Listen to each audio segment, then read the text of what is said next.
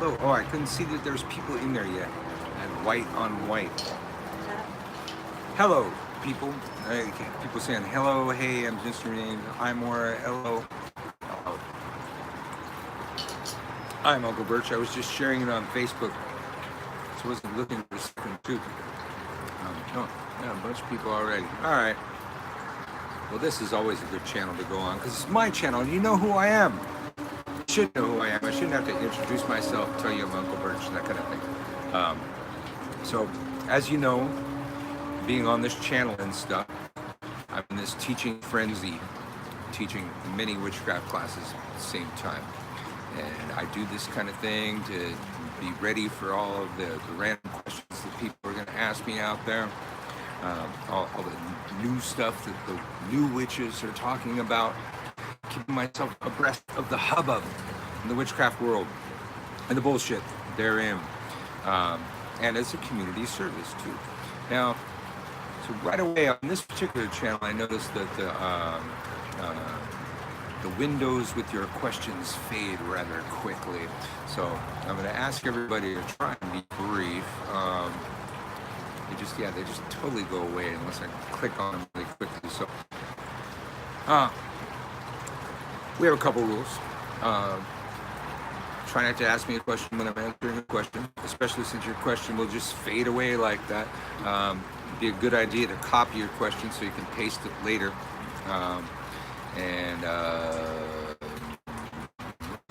Try not to be too long-winded because the balloons just disappear. Pop culture and witchcraft, somebody just asked my thoughts.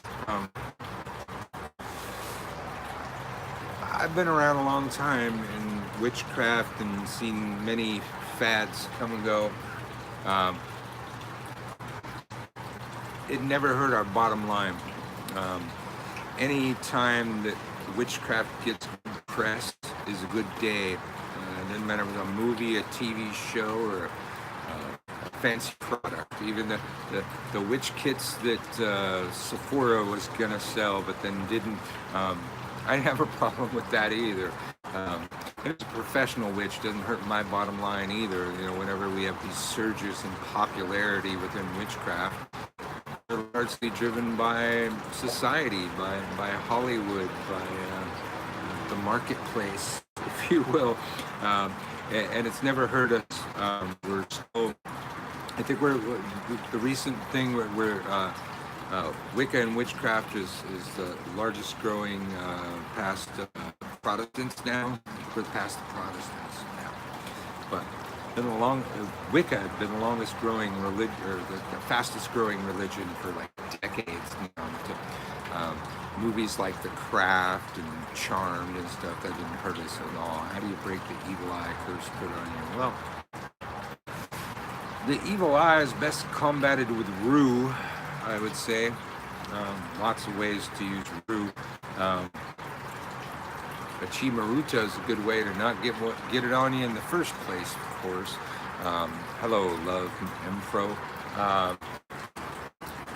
But I use rue in a lot of different ways. I will often use it as a bath. But, it should be noted, quite often we're talking spiritual baths in the craft. It's more like a shower. You collect and take elsewhere, but rue, rue and rosemary too.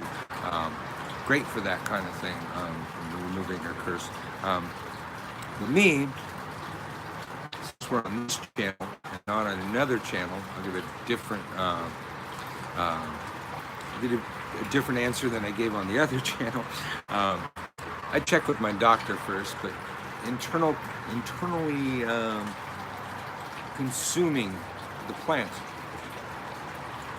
in a seed, or when I feel that kind of thing, just in case, I might just eat some rue. I have it growing right over here. Eat some rosemary. Put rosemary in my drink sometimes. It's good for remembrance, protection, whole host of things, but that's a thing that's not covered in most witchcraft, is internally consuming the things, the plants. You got to check with the doctor to make sure you don't have any problems with those particular plants. But the plants we use for cleansing, that kind of thing, can be used for cleansing internally too. A lot of them. That's my answer to that question, I guess. Oh, yes.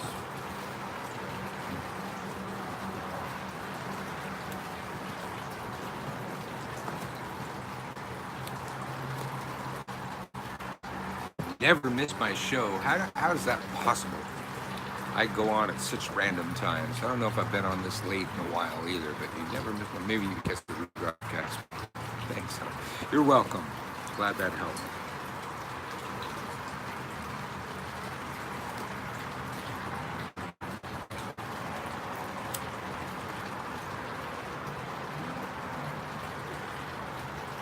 On deck. Hello, Tyrone. I knew you'd be here eventually.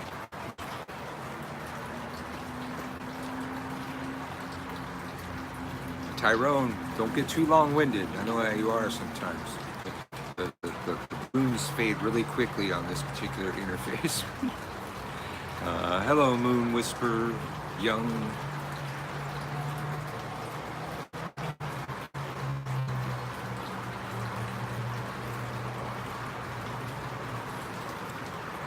So we do this kind of thing kind of often. I do this thing on random places. I just did about an hour on beginners Wicca and witchcraft. Guess what? It's starting to work. Shocking, isn't it? When it starts to work. Don't think about it. Don't think about it starting to work. Think about it after it works. Don't think about something else right now. Sometimes it can start to work and you start thinking about it. Don't think about it. Don't think about not thinking about it.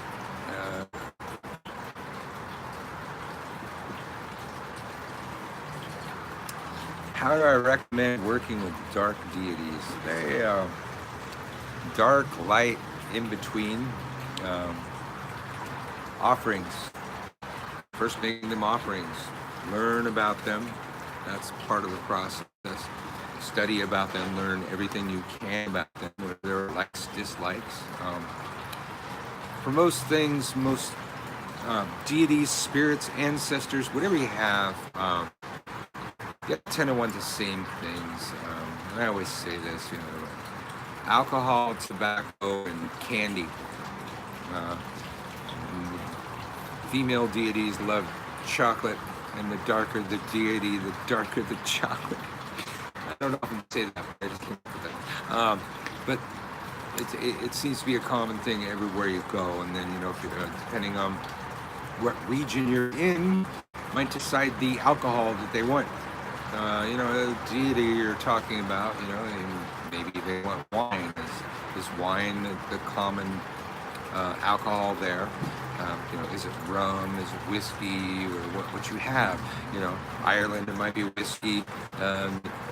In the Nordic countries and the Ozatru people, they're going to want to do mead. Lilith, I'm going to think wine. I'm going to think dark red wine. Just a little more off the top of my head. First of all, you start making offerings to the deity before ever asking them for anything. The only thing that you're after is some sort of communication or some connection with them, and eventually that'll come. Burn incense to them and find out what are her favorite plants. Blend those things into an incense. Burn those things to her. These I would recommend for all things, for all deities, spirits, everything. It's kind of universal. Part of the rapport process, I guess. Good question.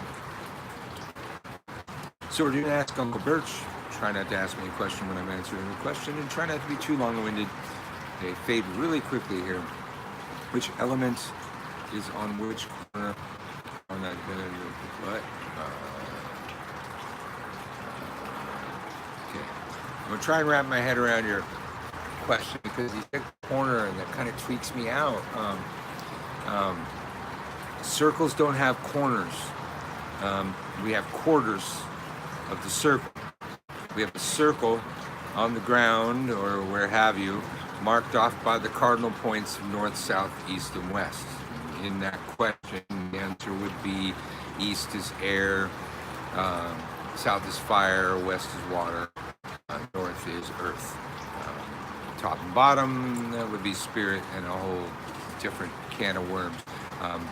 When you say corners, that just kind of troubles me, because there was one or two authors that ever said that, and I don't like those points of the pentagram. Points of the pentagram, shit, well, all right. If you had the pentagram in front of you, let's see, the lower left would be earth, the lower right would be fire, the upper left would be air, the upper right would be earth. No, I'm sorry, water. God, hard time seeing it in that context, but I think I got it right. That would be the most common association for the elemental points. There are others, but the others are latecomers on the craft, and so the configuration I just gave, the elemental associations of the points of the pentagram, would be the oldest we have in the craft, and therefore more useful than some Johnny-come-latelys that made something else up. So if you see it flipped, I'm sorry, they're wrong. Earth my body, water my blood, air my breath, and fire my spirit. Well, problem with that, it's a nice song. It's a good chant. It looks good on a bumper sticker. Inaccurate. Earth my body, yes. Water my blood, no. Water is made up of fluids, which is water, and that's important. That's why we're so connected to the moon and a lot of things that we're doing to the moon, because of the moon's effect on bodies of water. We are walking sacks of salt water. Okay. So it's my body, water my blood. So that part was wrong. Air my breath, yes. Fire my spirit, no. Spirit is spirit. Spirit is a separate element. The fire of our bodies is the heat given off of our bodies, which is part of our elemental structure, and not spirit. Spirit is another part of our anatomy. And although I've used that same chant in circles before, because it sounds nice and everything, not entirely accurate. Earth is my body. Water's not necessarily my blood. It's the fluids and everything else. Air, my breath. Yeah. Fire is not my spirit. My spirit's the fifth element. It's the heats. The heats I give off. But I digress.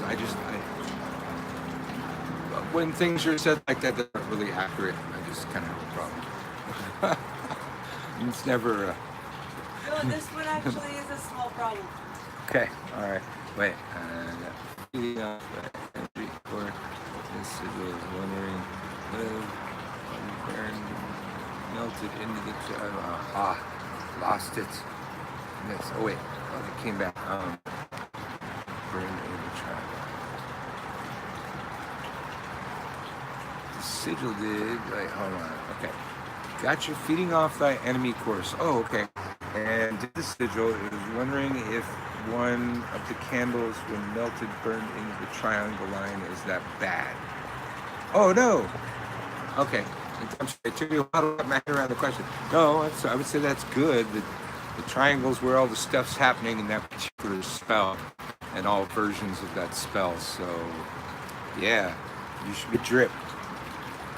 Sometimes drippings are just, the positioning of the table or something, but dripping into that particular triangle and that particular spell. Good. I'm not going to explain that to the rest of you because you didn't pay for that spell. I am Uncle Birch.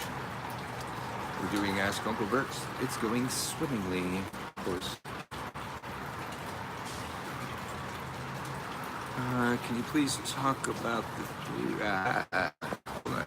Can you Please talk about the 3 points of drawing down the moon. Thank you, Uncle Birch. Wow. The 3 points of drawing down the moon would be the maiden, mother, and crone aspects of the moon. Most commonly, the full moon is it symbolizes a beam of light. The priestess would open up her crown chakra and be pulling the white moonlight into her.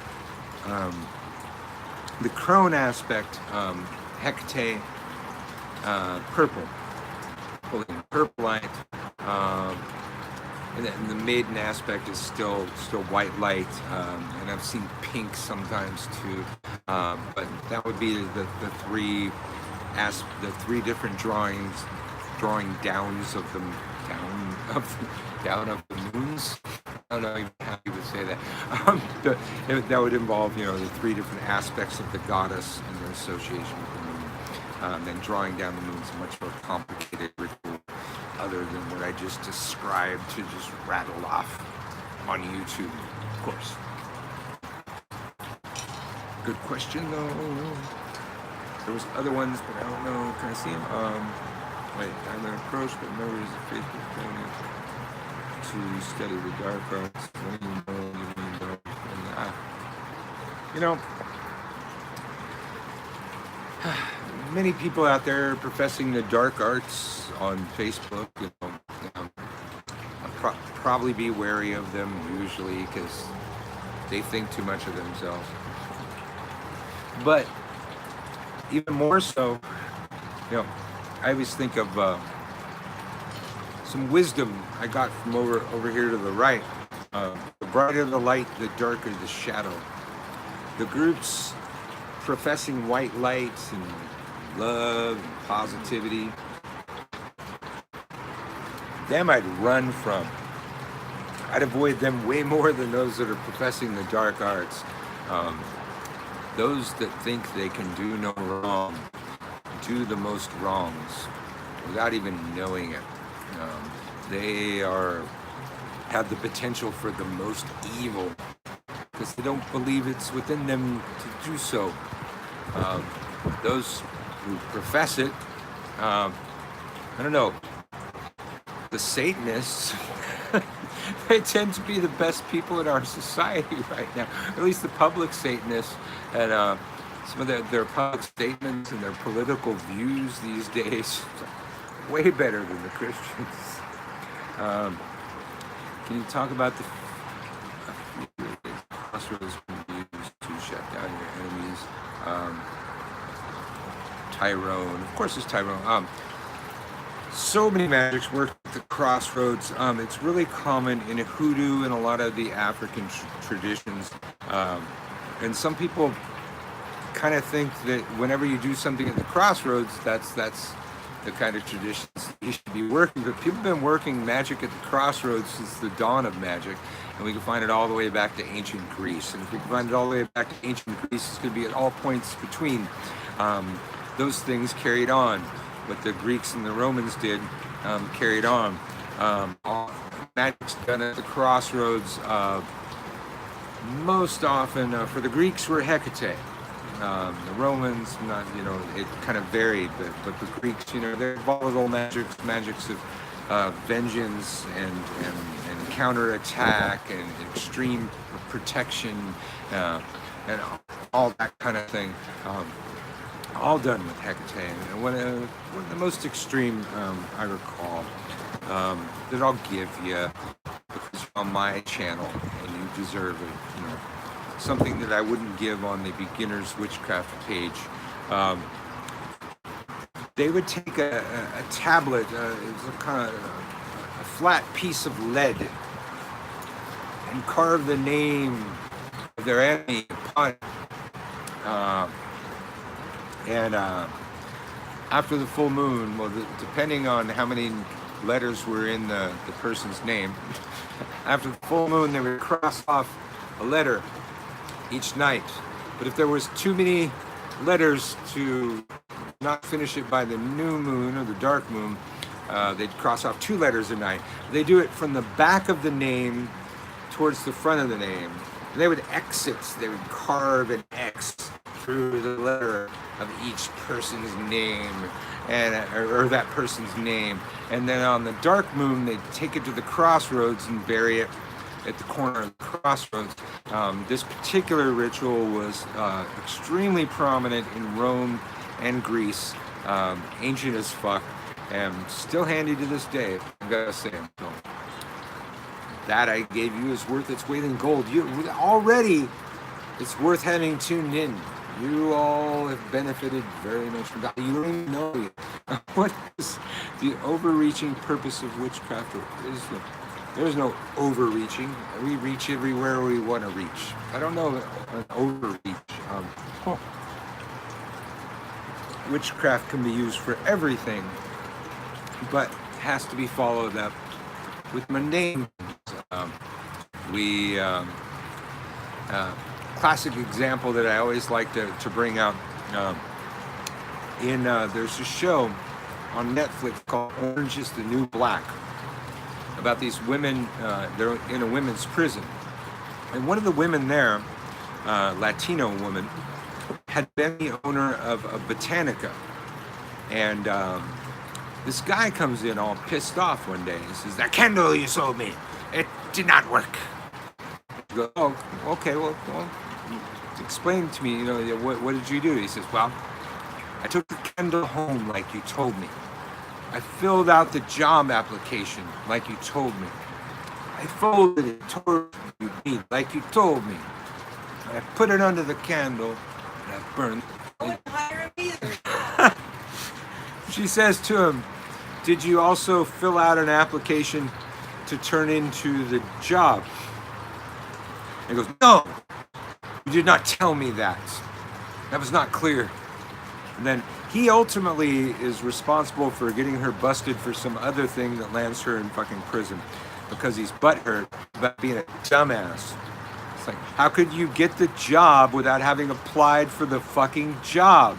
How could that ever make sense in any fucking... So that, no matter how many fucking movies you watch, how could that make sense? Dude, yes, put the fucking application under the job. Yeah, I would have really... it was a glass candle. I would have taken that application later and turned it into the fucking job. But you gotta fucking apply for the fucking job.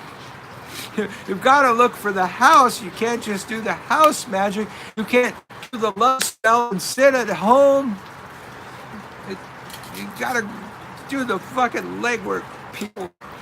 There's so many people on these other new witch sites that I tend to find myself on for other reasons, that tell people all that matters is your intent, and do whatever you want.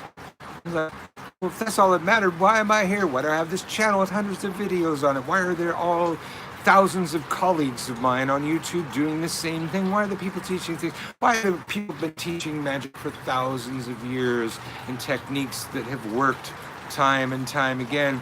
All that matters is your intent, and do whatever you want. Nature gives 2 fucks about your intent.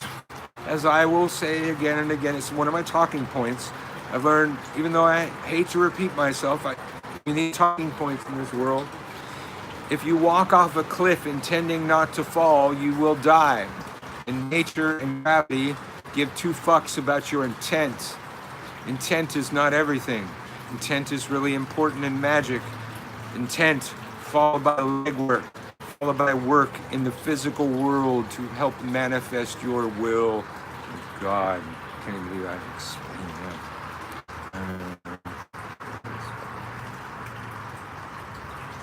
I'm locally filled with candles, crystals, etc. Any advice? Well, in those kits that you're selling, even though people should know better, hopefully you're going to have a little piece of paper with instructions on it toward that magic. On the bottom of that, these words: never leave a candle candle burning unattended. Shouldn't be your responsibility, but somehow, especially in a lot of places where they don't like witches, I can come up as having been your responsibility, having sold the product, even though the user of that product should not be a dumbass and leave a candle burning unattended. So I try to give different advice than you'll tend to get from other people. So based on your question, that is the advice from left field that I would give that, you know, might save your ass.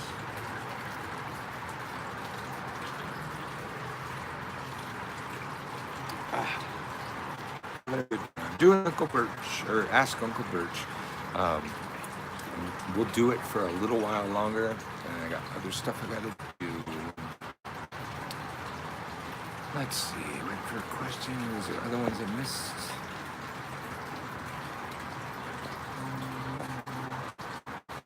Let's see, anything that I missed recently. Okay, so I can kind of scroll back and look at the old questions sometimes. Like the video on 3 keys, relaxation, visualization, and projection. How much magic can be done with simplify ones? Be done with simplify one's mind and imagination. Really trying to wrap my head around your question, George. But the phrasing is just hard.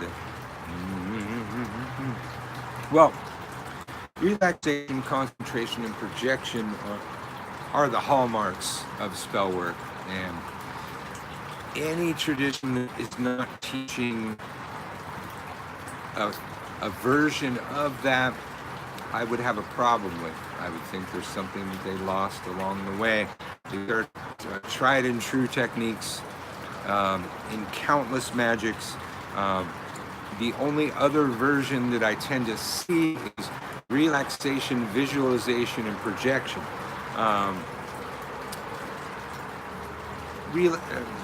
Visualization would be part of concentration in my portion of it. So again, if you didn't catch this, relaxation, concentration, projection, all spell work. These 3 things you need to be good at these 3 things. The hardest of which is projection, letting go of the spell. Somebody just asked me on a page an hour ago about posting the spells on the internet.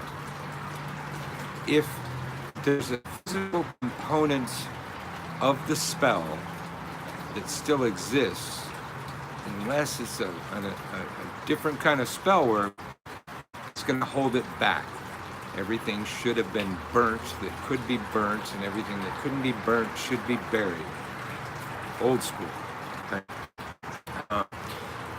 But then holding on to that idea in your mind, thinking about it, waiting for it to happen, that holds back the spell too. Posting on the internet exposes it to all kinds of hazards that you just don't want to fucking do.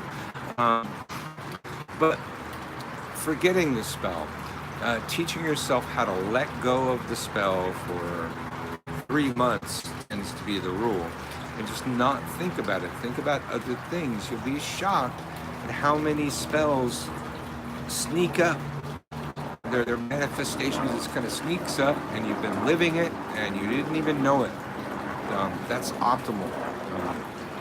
Don't think about it, talk about it. Talking about it wastes the energy that it needs to manifest. The talking should have been done in the circle, in the ritual, and then no other talking. My witch mother was rather hardcore and had a very hardcore way of making lessons stick. And she told me one time, she says, so, you know, do you ever have like a frenemy? I at the time I didn't really know what that was. I go, no, it's their demise, and they hope for yours. And you both kind of secretly know that. And go, yeah, you know, I guess I do kind of have those people. He says, but you always you always play these games where you sit and you have these conversations and you act like you're friends and you talk about stuff. And I go, yeah, we do that. And she goes, well, so what you do in that situation, get your frenemy to tell you about a goal that they have, a dream that they have, a pursuit that is the biggest thing in their lives. And as soon as you get them to tell you about that, bait them. Get them to tell you more. And once they've told you everything that they can, bait them more. Get them to tell you more. Get them to talk about their goals until they've wasted so much words on their goals that they could never hope to manifest. Mom was a very devious person, but the lesson that she taught with that is huge, and can be used exactly like she said too. I did exactly what she said. It's a great thing. Frenemies want to talk to you about all of their accomplishments and how wonderful they are and all their vast goals. And the more you can get them to expend words on those, the less magical energy there is left for those to manifest. And that alone is a curse worth its weight in gold if you're in the position to, pull it off. You're in discussion terms with your frenemy. I hope that answered your question. I just like 3 more. I gotta go. And you never know. If you're not subscribed to the channel, you'll never know when I'm gonna pop up.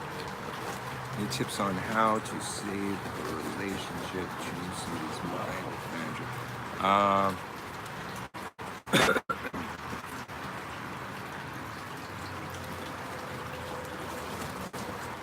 I don't know really in a relationship how you can change somebody's mind.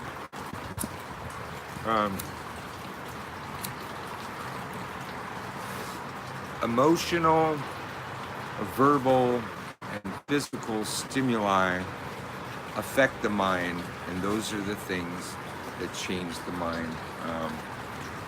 As far as like spell work, that kind of thing's often a honey jar. On this channel I have how to make a honey jar. I think that might be been a love honey jar. I'm not sure which honey jar I made, but honey jars are all the same, just the components that you put into them vary depending on your purpose. And you'll go see that video hopefully. But the things that I want to say about a honey jar, and they're usually used to like sweeten a relationship or a situation.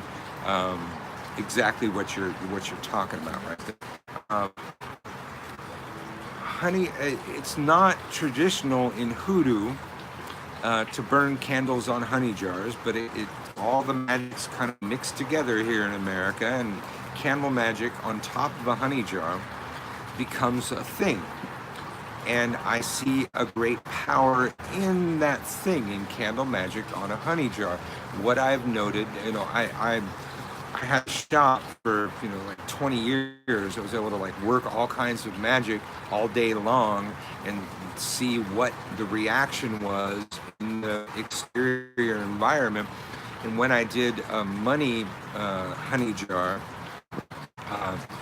it really got active. The money really got active when the flame reached the jar. When the candle burned down until the wick was sitting on the top of the jar burning. So the closer the candle got, the hotter the jar got, the more activity I saw within that spell, showing me the effectiveness of heat in a honey jar spell. In another place we lived where we had a fireplace and it was going all the time. I would then take the honey jar and stick it near the fireplace, let it heat up. I want it to heat up enough to where it breaks. That's really messed up and make a big mess. But the heating of jar gets heated. That's when I see movement in the world in effect of that honey jar. Now, one of the reasons why I go there is in this day and age, the majority of the jars on the market have a metal lid, which is what you would want for a honey jar, have this little freshness seal thing, little circle in the middle that's compressed before it's open, and it pops up after it opens. This is really common in the market. Now, this thing, when your candle reaches the jar and is burning on top of the jar, will pop again, flinging a flaming wick onto whatever flammable stuff is on your altar. Those are very dangerous. I have found you take a nail and a hammer and poke a hole through the middle of that thing. I have not seen it pop again. But if the jar is sealed, if the jar is vacuum sealed and can't get air into it, and it heats up, that little freshness seal thing pops again. So unless you're really on it and watching your candles, I had a couple fires start in my shop on the altar. Even though I had a really good fireproof altar, it was able to fling the wick far enough off of the top of that fucking jar to cause a fire. So that's the advice I'd give. All right, so let me do 2 more questions, man. The elementary system. What are your thoughts on Gamma Ray, traditional witchcraft in general? I don't know them. All right, that question is not going to count. I don't know that particular branch of witchcraft. No. What books would you recommend for a new witch to learn more about the craft? I just did this thing. God, I'll try and post this on this video later. But if you look for me on Facebook, look up Uncle Birch. You'll see the picture. It might be a cartoon, but you'll know it's me. My Uncle Birch page. I just did this Amazon thing. I started doing a bunch of weird affiliate work yesterday, and I got on this Amazon thing, and it had me set up. It was like my recommendations, in addition to stuff that I sell. But I'm overbooked right now. I'm way behind on my orders, so I'm not trying to get any orders. I brew everything myself. It takes a long time. I have to brew everything in the order it was received. Constantly getting messages from people wondering where their stuff is, because I'm the only one that does my stuff. But there's a lot of other people out there making really good stuff out there that are vendors that I like and I used to carry when I had a brick and mortar shop. So I ended up making this list on Amazon. Does it actually say? Wait, hold on. I can actually see what the damn thing is. But on my Uncle Birch Facebook page, I just posted that recently, and so I've been making this entire list of books, ritual tools, the stuff. So I scroll through all the stuff that's available in the market, and I've been in the business for so long.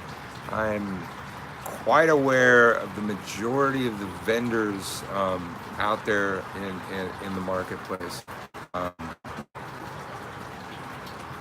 see, can I see it? I know if I can see it. Okay, so yeah, okay, so it's Amazon.com/shop/freakphil1309, just like this channel. So https://www.amazon.com/shop/freakphil1309. So it's like, in addition to the stuff that I do, there's a lot of people I've done business with over the years that make really good stuff. So I will scroll through these huge piles of occult wares, and immediately I see the good stuff and the bad stuff, and people I know and don't know, and vendors I know and don't know, or distributors I know and don't know. And so far I'm looking at the stuff that I'm compiling on this list, and I would buy all of that stuff. I mean, I've bought a lot of that stuff wholesale. Some of the stuff I will actually carry on my site, but these are the things that it's just too much for me to carry on my site, but are good vendors and good products out there that I ended up, I ended up filling out this page and putting it out there. But again, it's https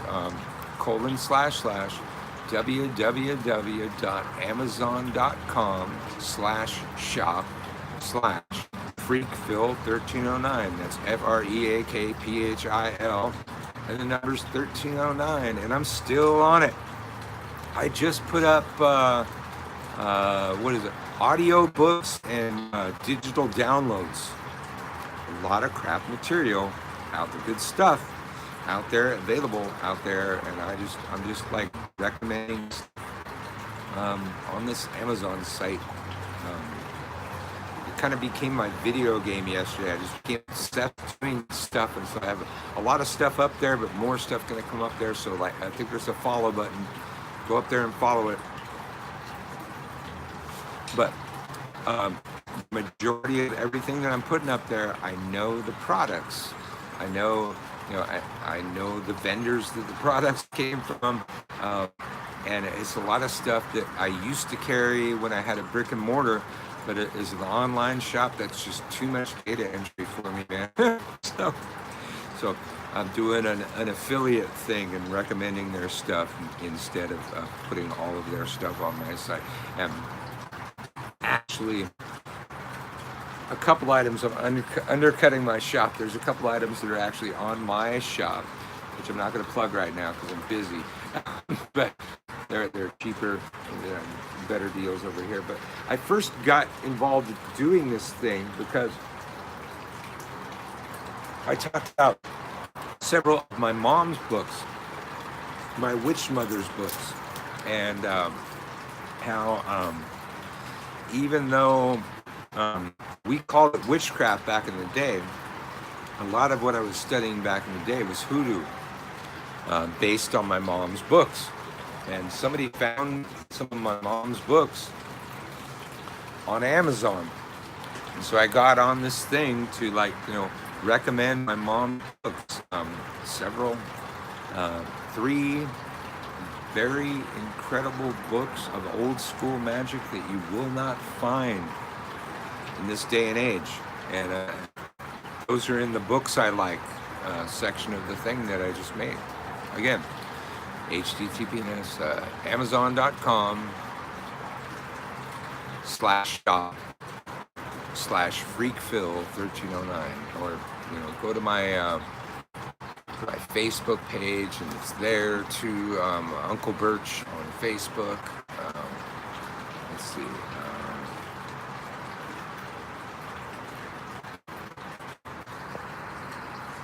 Yes, somebody watched my cleanse with air and fire video. Point out, yeah, cleanse before you move in, man. It's such a pain in the ass. All the cupboards you gotta bang through and stuff. All the closets, all the closed containers you have to go through. If you didn't cleanse it before you moved in, man. Let me see. I'm trying to go and see if the link. I'm going to my Uncle Birch page. Come on, bitches. Spinning. Oh, well, I'm taking up all the bandwidth here, huh? All right. Let's see. Uncle Birch. Just want to make sure the link's the same as I'm seeing. It's new to me. Amazon. It's usually just a place where I spend money. And now I'm doing this. Come on, bitches. There we go. Wow. Uncle Birch's swag Amazon page. Wait, let me see what it was. Amazon, yeah, okay. HTTPS, Amazon.com. I've just been doing this thing, compiling a list of stuff out there, stuff that, it'll get you faster than if you order it from me. Trust me. I'm one man. It takes me a while to brew all this stuff. So I thought, God, there's lots of people I've done business with over the years, and they're out there, and they got good stuff, and so it's stuff I recommend. A lot of the authors that I'm recommending on that page are authors that we've had on Widdershins, which you see rebroadcast here on YouTube. That happens at Spreaker.com/Widdershins, I think. Yeah. Or is it /user/Widdershins? I don't know, one of those. But you can find that page too on Facebook. Look for Widdershins on Facebook, and you'll probably recognize that it's us. All right. All the questions I have tonight, or all the time I have for questions tonight, kids. Thank you for joining me. I'll see others of you in the rebroadcast. Forget how to do it there at X. So, marry me, marry part, marry me again and stuff.